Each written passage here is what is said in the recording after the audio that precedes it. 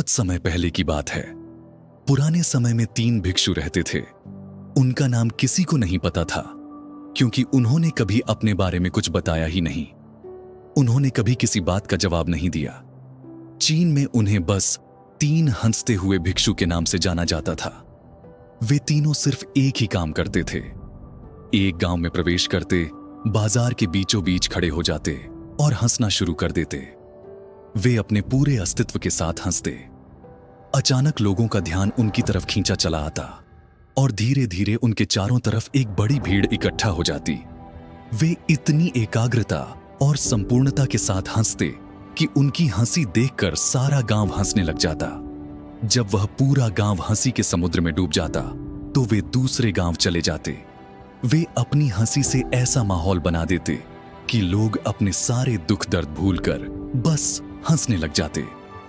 धीरे धीरे चीन के लोग उन्हें बहुत प्यार करने लगे और वे पूरे चीन में 3 लाफिंग मॉन्क्स के नाम से प्रसिद्ध हो गए।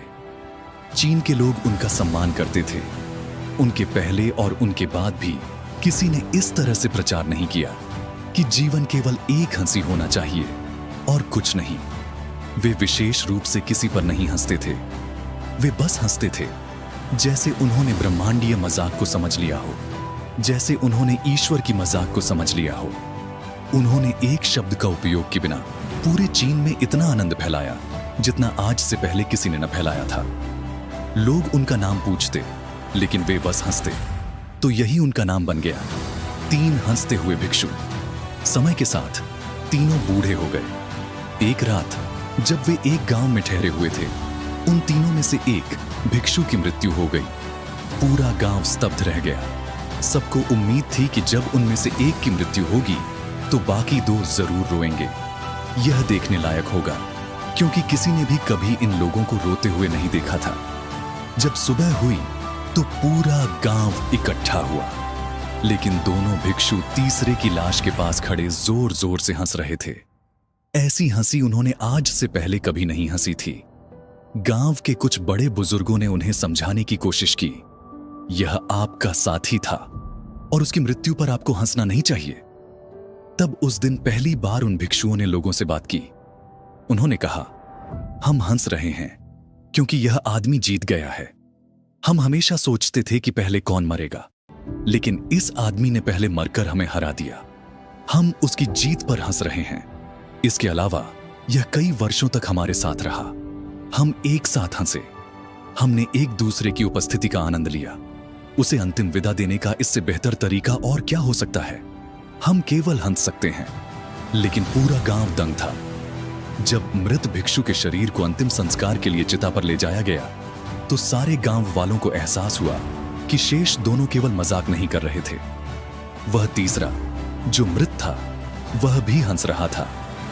चीन में यह प्रथा थी कि जब एक इंसान की मृत्यु हो जाती थी तो उसके पुराने कपड़े उतारकर उसे नहला दिया जाता और फिर नए कपड़े पहनाए जाते।